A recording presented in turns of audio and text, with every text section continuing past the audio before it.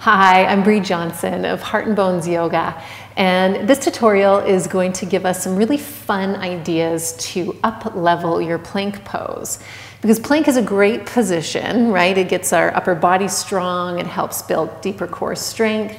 But then there's a point where we need to up-level that. There's a point where we need to add on different movements and different inputs for our body and our brain to stay really sharp, to stay even more strong and even more functional. So the variations that I'm going to show you in this tutorial are going to be quite fun.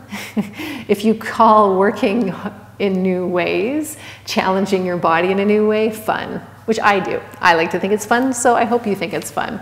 Let's begin. Now, all of these variations can be done from either a tabletop position like I'm in right now, or a plank position like so. So choose the variation that's going to work for your body.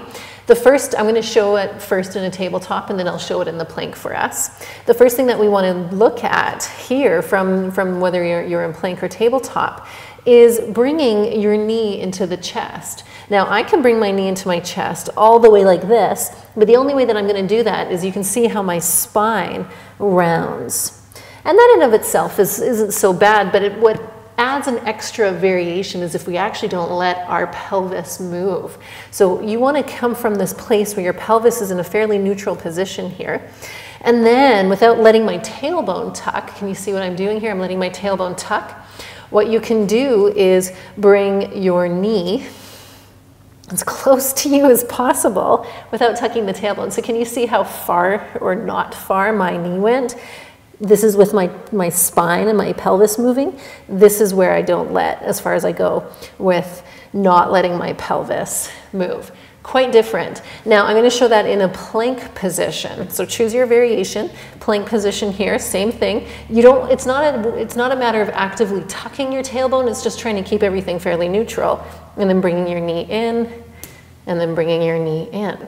So it's not trying to go like this, because again, going like that with the knee to my elbow just brings that rounding of the low back. So this is just a very specific variation, trying to keep your pelvis still.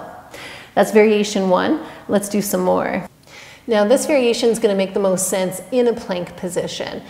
So what you can do is come into your plank and think about keeping your upper body, your shoulders, your ribs, everything very still. They will not go anywhere. All of what we're going to do is keep the movement into the pelvis. So I'll watch and see what I'm doing here.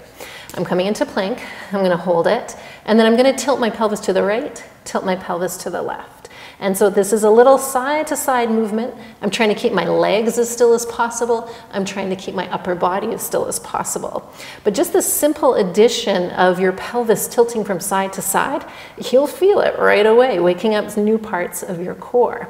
You can add on to that by starting to do a little bit of a circle with your pelvis. So what we were doing just now was a little lateral tilt, a little dropping to one side, dropping to the other side. Now we're going to circle that pelvis around. So the next variation here, and I'm not talking, big droppy, droopy circles. This is just a very slow and controlled lowering and lifting.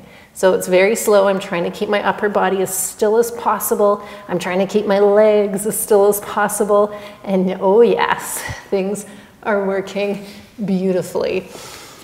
And then you can even add on to that. So once you get the idea of the difference when you try to keep one part of your body, like your upper body and your ribs, still while isolating the movement to your pelvis, you can get even more creative. You could tilt the pelvis to one side and hold for a few breaths.